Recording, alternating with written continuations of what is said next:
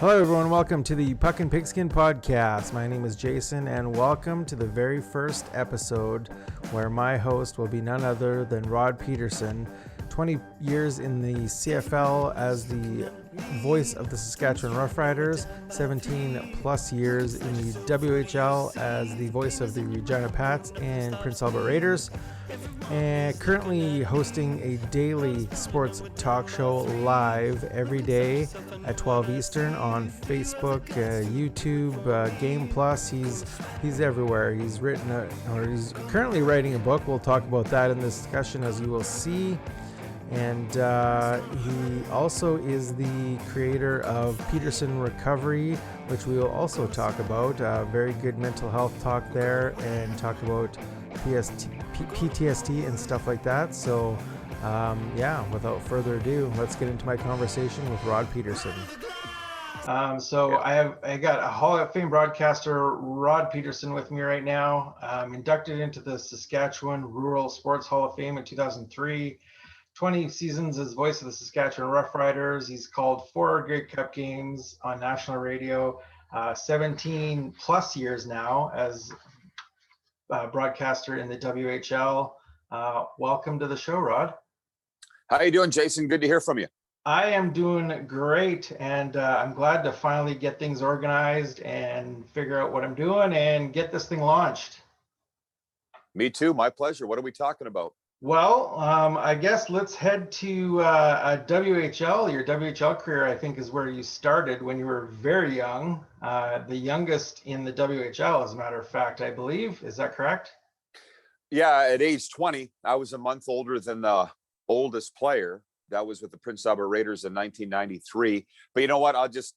Where I started was in high school, because I'm getting this question a lot. How did you get started in broadcasting? And I was a farm kid, and I went down to Weyburn, the CFSL, beat on the door and literally said, "Give me a job." And they said, "What do you want to do?" I said, "What do you have for me?"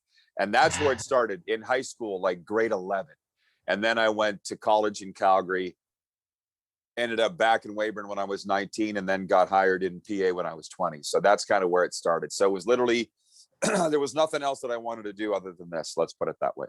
So now, speaking of your college career in Calgary, I believe I read somewhere, and most people probably don't know this, was your dream job at one time to do play-by-play for the Calgary Flames? That sounds like my conversation with Ken King. When I was hired for a week to be the voice of the Flames, Ken King said, "Why the Flames?" Oh, let me guess. Any team in the NHL that you would want to be the voice of. I said, yeah, sorry. I'd have been the voice of the Hartford Whalers and been the happiest guy in the world. So it wasn't necessarily, this is taking me back to my conversation with Ken King, actually, summer of 2014. But I did say I went to Mount Royal, and I told my family here in Calgary that I will return one day as the voice of the Calgary Flames. And he just beamed. He thought that was the best thing ever. So my dream job was to be the voice of an NHL team, but I didn't really care which NHL team.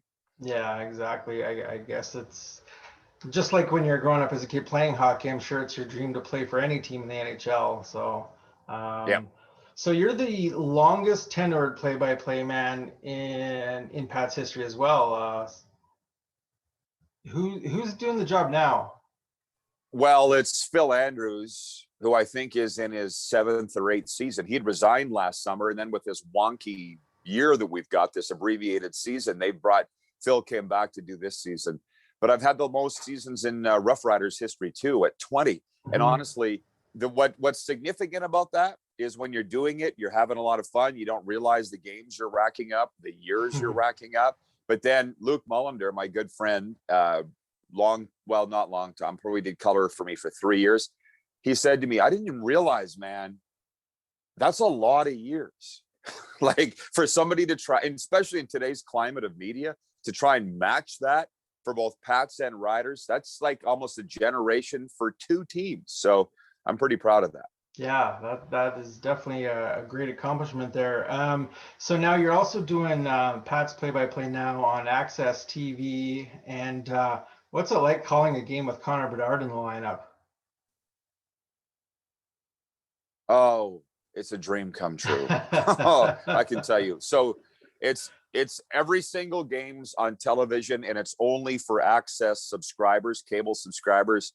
And that's all over Saskatchewan. It's not just Regina, but I say it's like broadcasting to my friends. So people are texting me, is he this good? I can't wait to see him in person, blah, blah, blah. But when I say broadcasting to my friends, it's the guy who's been on the air here virtually my whole career.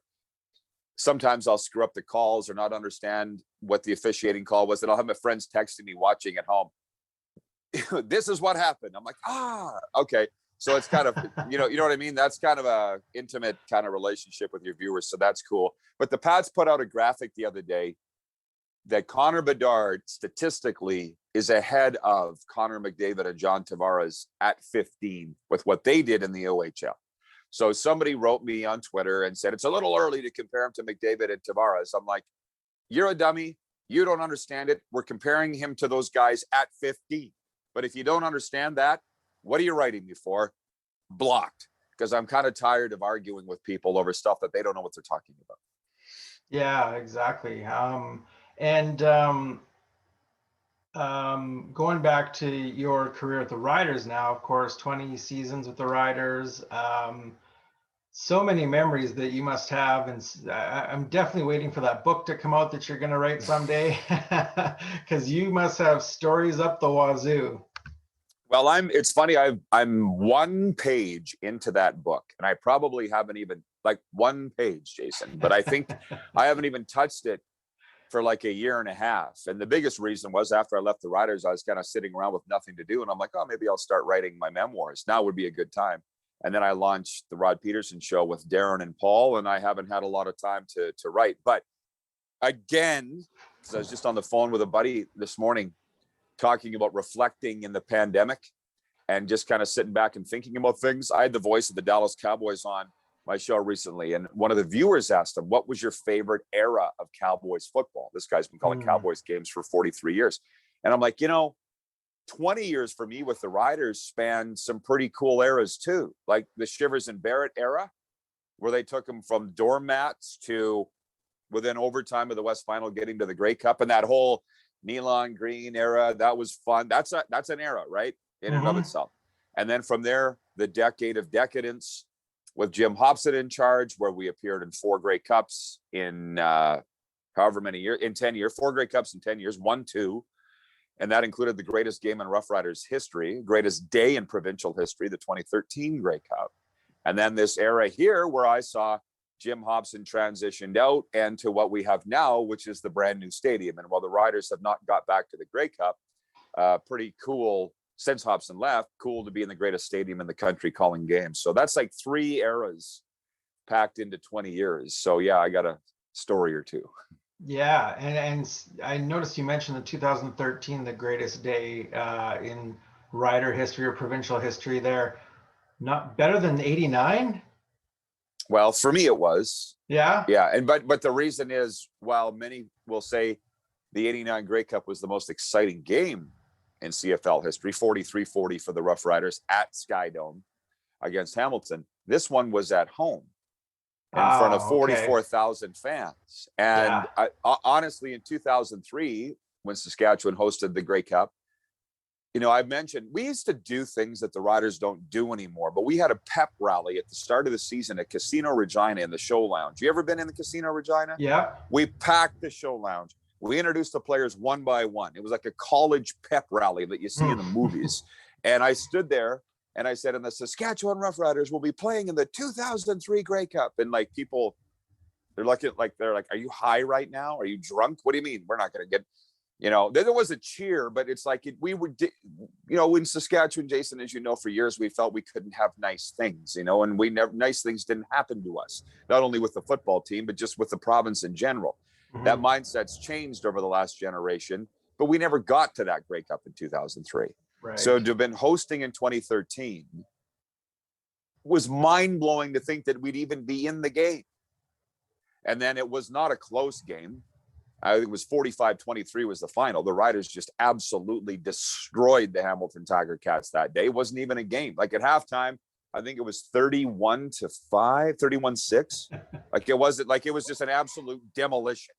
from the start to the end. So nobody's calling that the greatest Grey Cup game ever. Yeah. 89 probably was. But to have, and the other thing is, when you watch a Super Bowl or a Grey Cup, it's not one color in the stadium. It's 32 colors or more, right? Mm-hmm. It was all green that day. Maybe 100 Ticats fans that were there, the friends and family. The rest, it was Rider Nation on hand, biggest day ever in provincial history, and I got to call it. It doesn't get better than that. I mean, even Jim Hobson, I said to him, how do we top that in the new stadium? Because I don't think we can top it. And he goes, the only way the Riders top what happened in 2013 is if they win back-to-back Grey Cups. And because that's never before been done here. So, and it's a pretty lofty goal. And probably more fans. The new stadium will hold more than 44,000, I assume. No, I don't think so. The new one actually holds less than the old place. I think. Oh, really? It's 33,000 on the nose. Oh. And then they're gonna add seating in the south end zone up to 40,000, but I don't think it's going to be more than 44,000. No, honestly, it's an optical illusion. You walk into Mosaic Stadium right now and it looks like Cowboy Stadium. It does. Until you realize it's 1/3 the size of Cowboy Stadium, AT&T Stadium. It's the same designer, by the way. That's why you kind of get that feel, or it feels like MetLife Stadium in New York, where I've been fortunate enough to be. It has that feel because of the green. But it's 33,000, man. It's wild that that's the case. Is that the same designer that did Winnipeg's new stadium as well? No, I don't know who did Winnipeg's, and because Winnipeg almost has the same kind of layout, and the roof system looks almost the same, and so I kind of thought they may be related. So let's talk about the new show, which isn't so new anymore, but I'm an avid watcher every day, as you know, and I appreciate it. And what you're doing is amazing for not just sports in general, but for, I want to say local sports, but more Western Canada, Canadian sports, because a lot of people aren't talking about Canadian sports anywhere besides Toronto and Vancouver. Yeah. Talking about the Leafs and Canucks, but yeah, what you're doing is opening up the game to more viewers. Would you say that's well, I love the fact that I'll just throw one thing out. Our tech guy said the other day that in all of February we had 25,000 hours viewed on YouTube, and by the middle of March we had 50,000 hours viewed on YouTube. So it's mushrooming fast. Mm-hmm. And you don't even watch on YouTube, you watch on Facebook, right? So it's growing really fast. And I love the fact that you're like our Flames insider. I'll never forget Daryl Sutter's first practice, you wrote in, you're like, Flames just off the ice. They got bag skated today by Daryl Sutter. It's like boom, boom, boom. It's immediate. It's the only talk show in Canada that's live during the day talking sports. It's the only one. I felt that there was a void there. And if you are into any sort of entrepreneurship or startups, you need to identify a void in a marketplace. Mm-hmm. And I thought that was the case in Canada for a sports talk show. So it's a lot of things, but one of our founders, Paul Drouet, he owns IKS Media, where the show is, the production house where it's done. He calls it interactive TV. Mm-hmm. And I think very much is. And I think you could attest to the fact that it's kind of addicting. Right. And to be honest, I think we've done 451 shows. And out of those, I probably hosted 445. I probably missed 6 shows. But I'll never forget the day that I eulogized my mom. I wasn't hosting the show that day, but I was watching, and I just had it on, and I'm like, I can't just listen. I have to look at the screen. I have to see what's popping up on here. I have to see what's going. You know what I mean? So I get the hook. I get the hook. And there's nothing else like that out there. And is that because it's addicting, or is that because this is your baby and you need to see? It was because it was, no. I wasn't looking at it critically. I was looking at it to be entertained and maybe take my mind off the fact I was eulogizing my mother that afternoon. Mm-hmm. This is one of the toughest days of my life. So I was just watching. No, I wasn't overseeing things at all. I'm not that kind of micromanager, trust me. But I just say it again. I feel like, Jason, because I was doing a talk show on the radio for 10 years before this. in Saskatchewan. And our borders were basically just Saskatchewan. I never had any interest in growing outside Saskatchewan. It was big enough. It's 1 million people. That's good. Mm-hmm. But now with this TV show, it's North America wide, and you're seeing it with the viewers, right? And where the comments are coming from. So it's just exciting to see where it's growing, to where it's growing. Not as much the viewers is cool too, but we've had to expand our topics. I never would have talked about the Flames before. I don't even like the Flames, you know that. But we have a lot of viewers in Alberta. So if the people in Alberta want an update on the Flames, Jason's going to give us the update because he's on top of it. It's pretty cool. Not only Alberta, you're expanding a lot into the States. You have a lot of US followers. Well, I would say a year ago, 1/3 of our viewers were American. And now here we sit in almost April, about half of our viewers are American. And I think there's 2 reasons for that. They love the Canadian Football League talk. Mm-hmm. I really think they do, because they're just huge football fans. And I know for a fact they love the NHL talk because they don't get it anywhere down there. They don't get it anywhere. Mm-hmm. So that's what I think the hook is. But I mean, we got a regular viewer in Albany, New York. They just got an NLL team, right? He likes the NLL coverage. Not that we do a ton because they're not playing, but you got a team in Calgary. We have a team in Saskatoon. I think there's 5 teams in Canada. Like TSN they don't talk about the CFL much. They ignore the NLL, and we've built a really big relationship with the CEBL, which is like basketball's version of the CFL. And so it's, again, these are ignored sports and leagues by TSN and Sportsnet. You said it, like it's a void that's been a lot of Western Hockey League talk, a lot. And I'm calling the Pats games now. So it's just, these leagues have been ignored. So they're coming to us with their scoops and with their interviews and with their information because nobody else is reporting it. We're more than happy to put it on the air because we're fans. Yeah, exactly. I think I actually referred to TSN on your show one time as the Toronto Sports Network. Well, they've been called that for years. They've been called that coverage of the Leafs. Well, what we're understanding is, and we have a small tug of war internally with our people because we have a lot of Leaf fans on our staff. I still don't know why you would be a Leaf fan, but whatever, they are. But because our show airs on Game Plus television, and their head office, their studios are in downtown Toronto, like 3 blocks from Scotiabank Arena. They are the tail that wags the dog of our show. They dictate our show time. They dictate a lot of things. And we look at the numbers and go, oh, wait, now I see why Trudeau's so popular and why he caters to the East. That's where the population is. That's why TSN caters to the Leaf fans, because that's where the people are, right? Yeah. But the difference here is, and what I tell my guys, they're watching us because we're not the Leafs. We're anti-Leafs. We're not going to talk more Leafs because we have all these viewers in Ontario. They're watching us because they're tired of the Leaf coverage. And there is nobody in Western Canada talking about sports. BC's its own distinct society. They love the Canucks. As we found out in the last few days here, because they want to break out from the junior hockey thing. They want to break apart, but yeah. If you're familiar with the mentality of BC, and I love BC people, but I've had media out there in Vancouver say the Rocky Mountains are a vortex. Once you come over the Rockies, we're our own distinct society. And that's not saying anything bad. Quebec is a distinct society. The Maritimes are a distinct society. It's their own thing.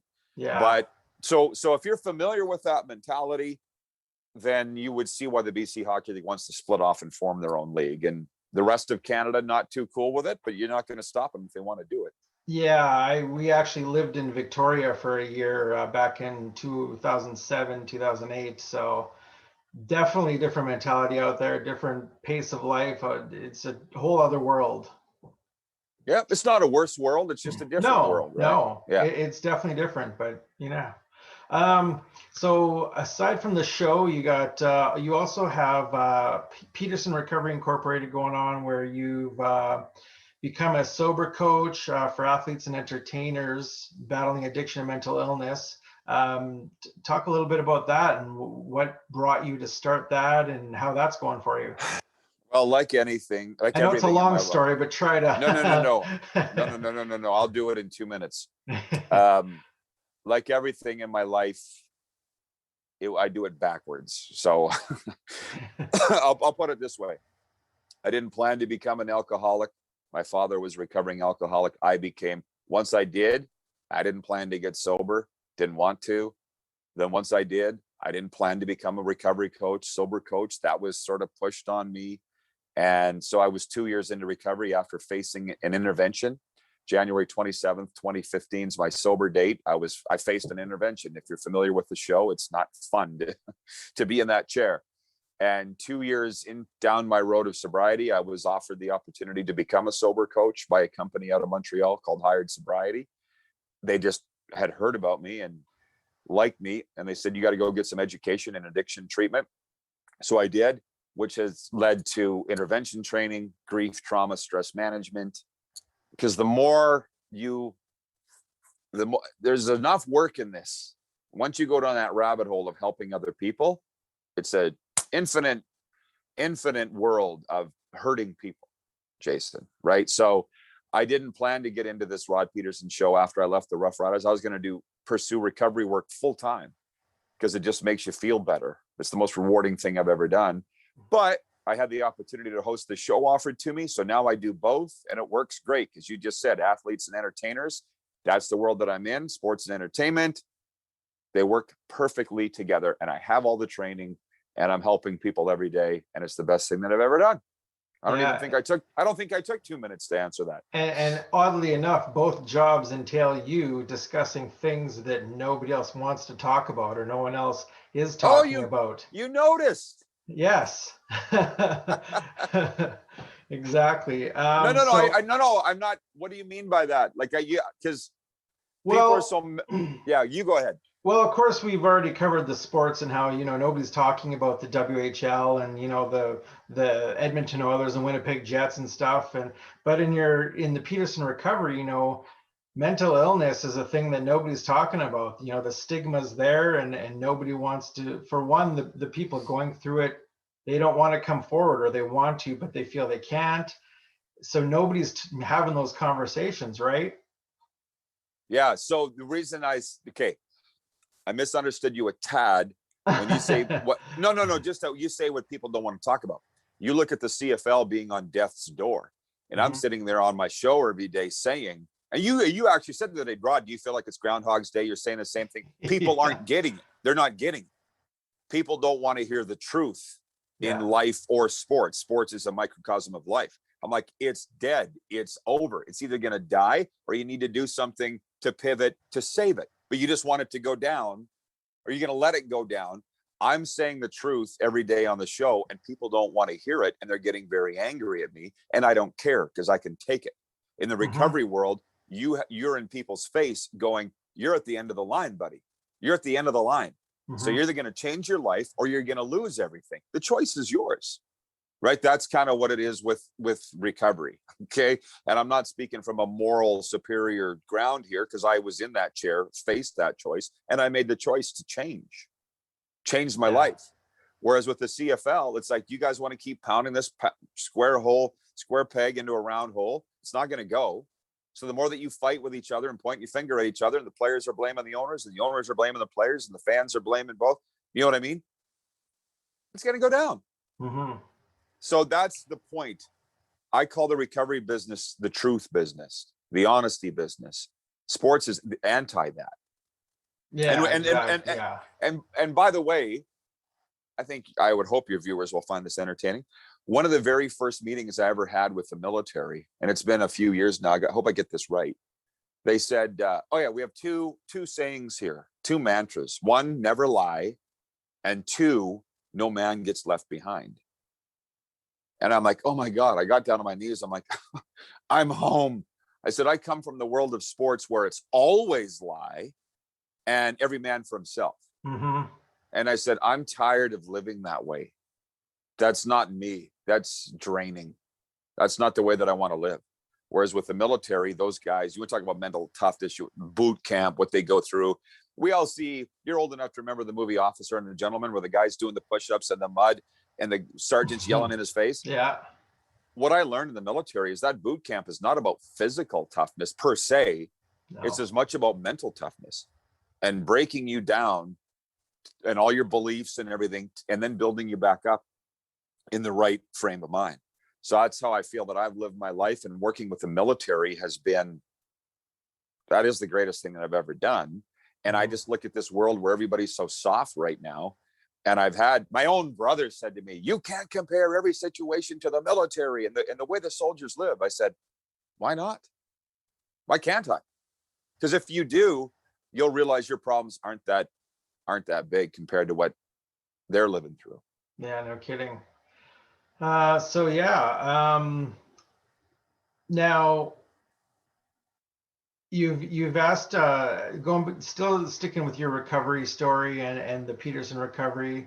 You were working a job where, you know, they didn't give up on you, and rather than, you know, fire you, they, you know, worked it out with you. And I think you asked your wife at one point, you know, why are you staying with me? And she said, because she knows the man, you know, the man I fell in love with is in there somewhere. And do you find that every person you work with in the recovery field, do you find that person that they really are, or is there some that fall through the cracks, do you think? Well, a lot fall through the cracks. Sure. For you know, a lot of people don't want to look in the mirror. A lot of people don't want to get honest.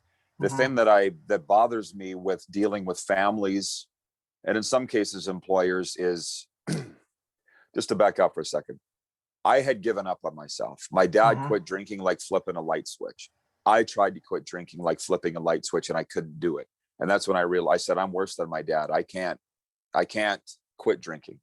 So I said to my wife, but why are you with me? And that's how that conversation came up. I said, I'm a lost cause. I'm the worst of the worst. And she wouldn't give up. So once I realized, once I could beat this with help, I needed help. There's still people now that just don't want the help. There's a lot. It's really unfortunate. But I hate when people say, my son fell through the cracks. He couldn't get in a meeting with a psychiatrist. He couldn't meet with a therapist. We couldn't afford counseling. Just DM me. I think I mentioned that the last chat that we had. Just start with me, right? But no, they don't want to reach out. You know what I'm saying? Yeah. Or somebody will come to me and say, so-and-so's struggling. Will you talk to them? I'm like, I'll talk to them if they call me. I'm not calling them. I'm not chasing them. Yeah. And when they don't call, it tells me they don't want to get better. They're not at the end of the line yet. Does that make sense? It does make sense. And you may or may not know this, but my wife and I were actually in the crowd during the Vegas shooting. And since then, I've joined Facebook groups and stuff pretty much right after that happened, support groups. And I've seen a lot of conversation on there and a lot of DM messages back and forth. And I see the people that, you know, think they're fine and don't want to talk about things. But I also see some messages that they post, and I know that they want to talk about something, but, you know, they won't. So I see what you're saying exactly. Yeah. Well, I've learned a lot about PTSD. I knew really nothing about it until I got into this. You think it's just for soldiers, at least that's what I thought. And then I realized it's any traumatic event in your life that if you don't deal with, it will be triggered for years until you deal with it and process it in your own mind. That's all. It's not the hardest thing to overcome, but you need to take the first step in saying, I need to address this. And some just, they don't want to do it. Yeah, exactly. All right, I guess I'm just going to end off with a couple personal questions here. So being a play-by-play guy for so many years in multiple sports, we'll say, what are your favorite plays that you personally have called on the radio? Plays? Yeah. What were your favorite calls that you've done? Well, the one that I'm remembered for to this day, as you know, is Bo Levi. Shut your mouth. And you're a Rough Rider fan despite living in Alberta, right? No. You're not a Rider fan? I'm a Stamps fan. Okay, I'm sorry. Well, you said you grew up here, so I thought I did, which is odd. Well, that's a whole nother podcast. Yeah. Well, anyways, that one, and I think that's what finished me with Calgarians was Bo Levi, shut your mouth. So it is what it is. When the Riders won the Grey Cup in 2007 in Toronto, the first Grey Cup in my time with the team. I said, "Go crazy, Saskatchewan, go crazy." They still play that on the air. I stole that from Jack Buck, Joe Buck's dad in St. Louis, but nobody remembers him saying that. And they would relate to football, those favorite calls. I had some good ones with the World Juniors when it was in Edmonton and Calgary too, by the way, that Sportsnet still has in the vault. So yeah, there's a lot of great memories that way. Who is your favorite play-by-play announcer? Did you look up to somebody or? Yes. Yeah. Kevin Gallant was the voice of the Regina Pats from 1980 to 1988 on CKRM radio. My dad worked for the team for a portion of that time, and I'll never, ever, ever forget. I think I was 12 when my dad brought me into the press box in the Regina Agrodome for the first time. And every time I walk in there now, because I'm doing the games there in the WHL hub, the other day I stopped and took a picture of it. I'm like, this is the exact view I had when I was 12 years old, 36 years ago. And I still get tingles every time I walk in there. So Kevin Gallant, I know it's not a name that stands up there with Bob Cole or Bob Costas, but he had the biggest impact on me because I was a kid listening on the farm 30 miles south of Regina to Kevin Gallant every night or call Pat's games. So, yeah. Nice. This deal now with Access and doing the play-by-play with the Pats, is it great to it's obviously great to get back into the action, right? Well, I've told my family that if they'll have me, I'll never leave, because all I ever wanted, well, I'm serious. All I ever wanted to do was hockey. I was never a football guy. I was never a football guy growing up. I never had the dream of being the voice of the Rough Riders. It happened, and it was a wonderful portion of my life because I've got all these new friends and great memories and Grey Cup rings. But I don't regret making the choice to pick football over hockey at the time when it was presented to me. But now to be back, it's the concept of recovery, Jason, to get something back that you thought you'd never, ever have again. There's no greater gift in the world. So for me, it's my life before alcohol and sobriety, or Pat's hockey with my favorite team ever of all the teams. You can see why I'm such a happy guy. Yeah, no kidding. Happy guy doing Pat's play-by-play, your own show on national television, and still writing that book. Rod Pedersen is doing it all right now. Well, I appreciate the opportunity to talk about it. I'm very lucky guy. Yeah, no worries. You're definitely one of my influences to actually get a podcast going and talking about sports just as you do every day. I won't be doing it every day, but then I don't know how you come up with stuff every day, but I guess you let the fans take over a lot of the show with the conversation and interaction, and that's great, and we're loving it. Yeah, thank you, buddy. Well, I appreciate you being a part of it. Yeah, no worries. So I'm going to post all of your socials and stuff in the descriptions and probably on the screen when I post edit this, but give a shout out to what you got going on and where people can find you. Me personally, all social media platforms, Rod Pedersen, search it out and you'll find me. Rod Pedersen Show, same thing. We're on Instagram and Twitter. And for my recovery work, it's under Pedersen Recovery. And we're on Twitter, Instagram, Facebook. DM me there if you want to have a talk. If you don't know where to go, if you're struggling, I'll be more than happy to have a conversation about that. Yeah, excellent. Well, it was great to get you back on. As people may or may not know, I messed this up the first time by not hitting the record button, and I'm glad you got back to me and we were able to do this again and get it right. Good luck with the podcast. Excellent. Thanks, Rod, and I'll continue watching every day. Thank you. All right. Thanks, Rod. All right, that's going to do it for this week's episode of the Puck and Pigskin podcast. I hope you enjoyed. If you did, like, subscribe on all these socials so you'll get notified whenever a next episode drops. I believe I'm going to be dropping episodes it'll either be Monday and Tuesday. I haven't quite decided yet. This episode will be dropping on Monday. I think I'm going to do Tuesdays, though, from here on in. So, yeah, like, subscribe on socials, Facebook, YouTube. Going to be occasionally live streaming on Twitch, Facebook, and YouTube, and wherever you listen to your podcasts. So until next week, I'm Jason saying thanks a lot, sports fans.